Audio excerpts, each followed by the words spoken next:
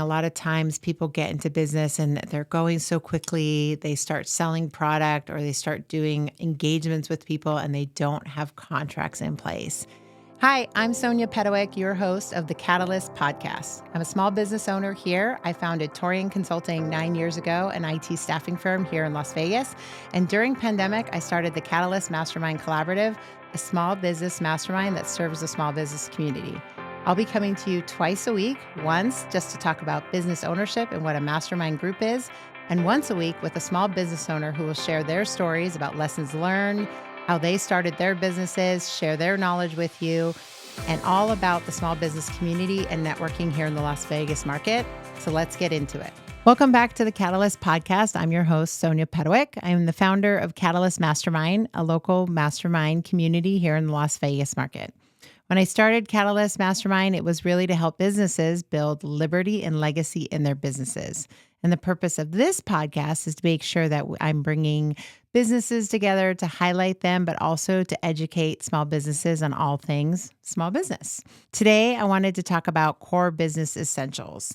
A lot of times businesses will come to me and ask, what do they need to start a business? And so I thought I would start with some of the fundamentals.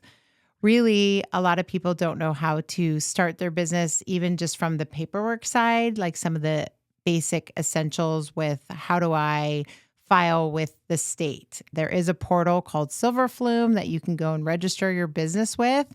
And a lot of people don't know if they should set their business up as an LLC, an S Corp, or a C Corp.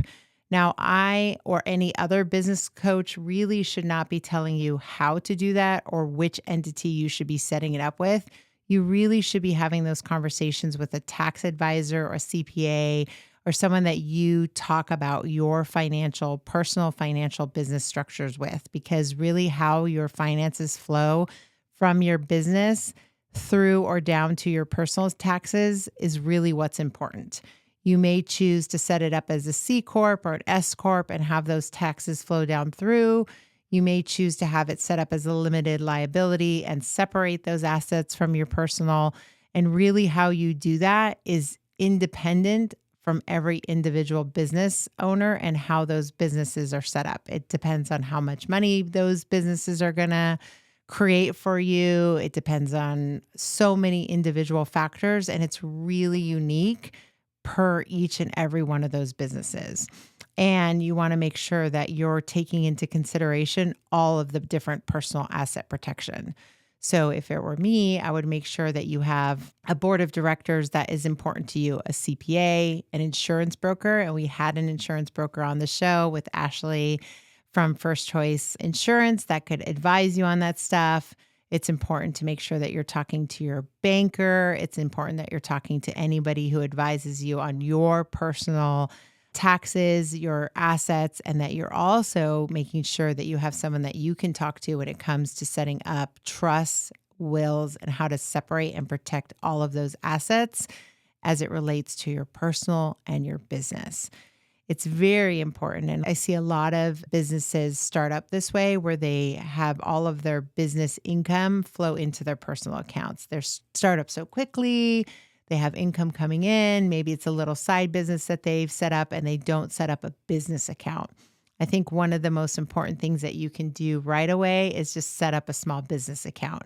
If you've registered the business with the state and you have that tax ID number, go ahead and set up a business account so that money is flowing in and out of that business account. And then there's many awesome ways that you can flow your business income in and out. I personally love to follow Profit First. It's a book by Mike Michalowicz that I can separate my profit, my income, my operating, and my tax in a way that I can look at all of my income that's coming into my business in a way that makes sense for me. And I can separate that money as it flows into my business.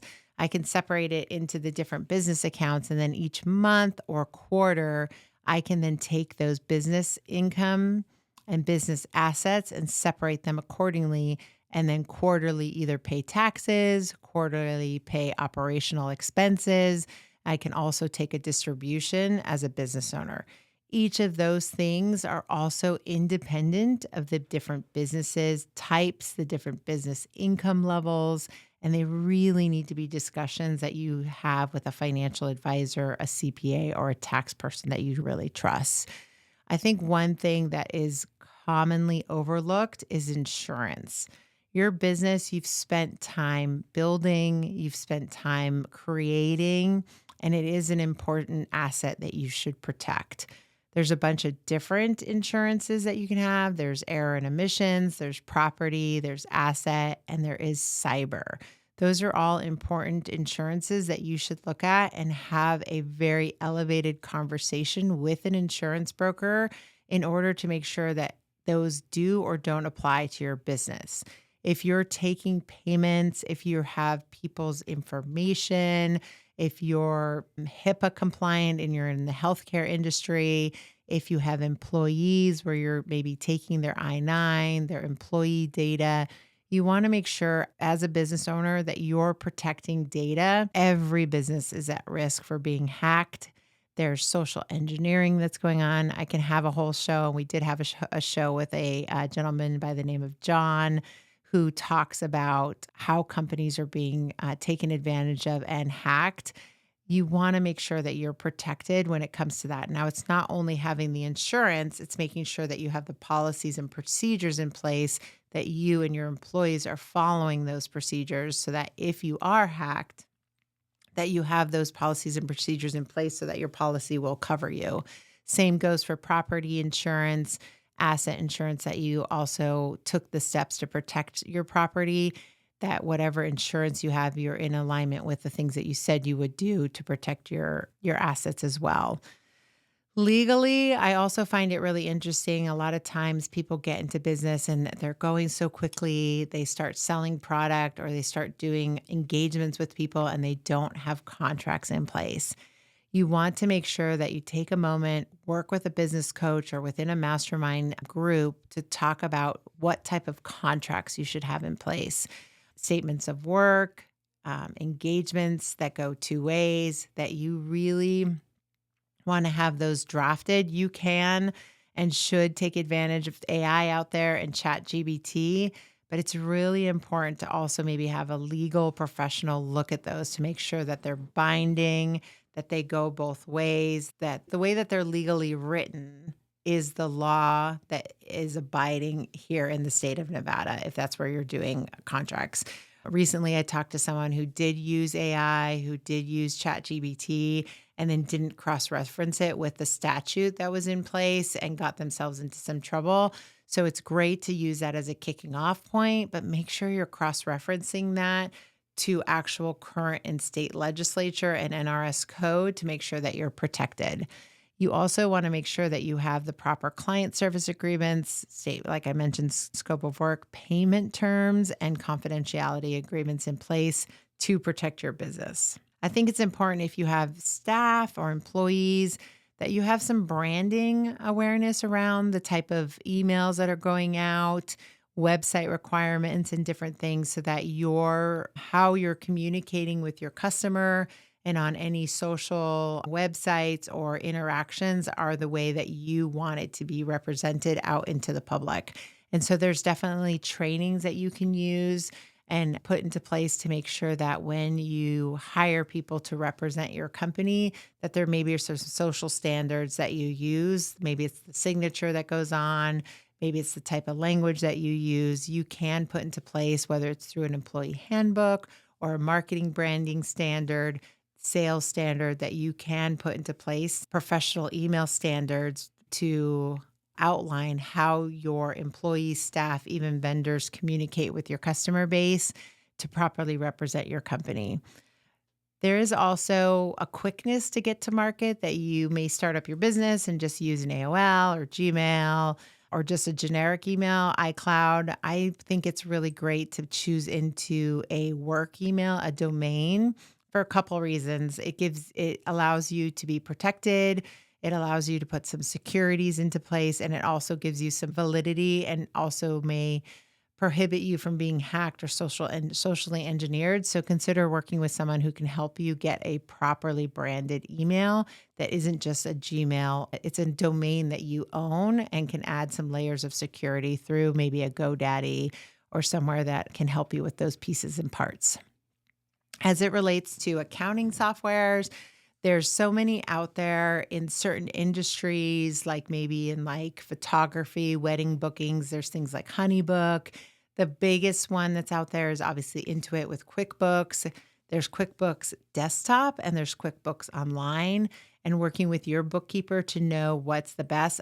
A bookkeeper can't access necessarily your desktop version, but they can access your online version.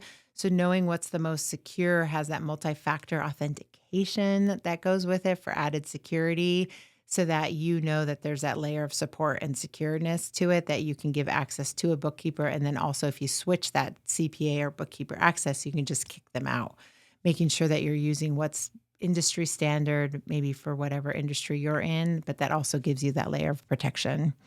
I think it's important to also make sure that you're working with you can start doing your books and your invoicing on your own early, but maybe get engaged with a bookkeeper on a fractional basis, maybe hourly to start. You don't have to hire an in-house accountant or an in-house bookkeeper to start.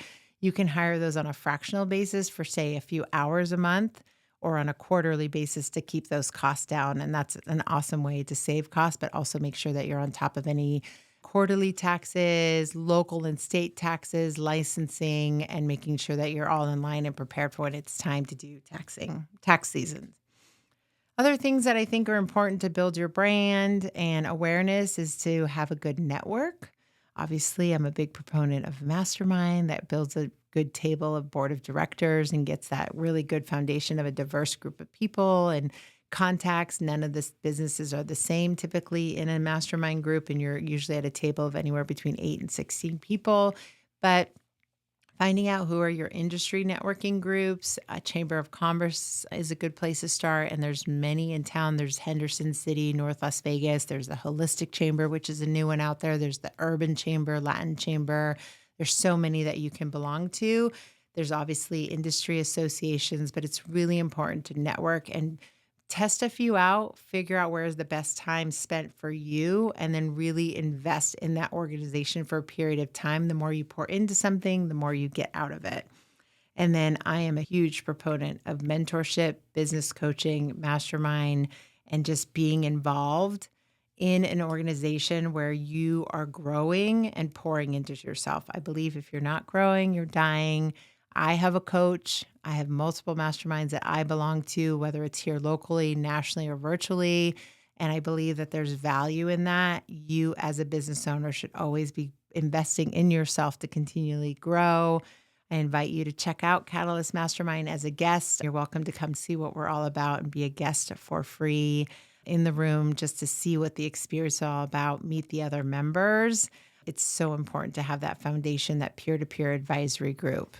Our next episode is dropping with John Amar from Next Tech, which is a managed service provider. And we're certainly excited to have you along this journey. I'm glad to have you be a part of the Catalyst podcast. If you'd like to be a guest on the show, all that will be in the show notes before. Success leaves clues, but only if you're paying attention. If you like what you saw today on the Catalyst podcast, make sure you subscribe to our show, like it, and share it with someone who you think might also find value.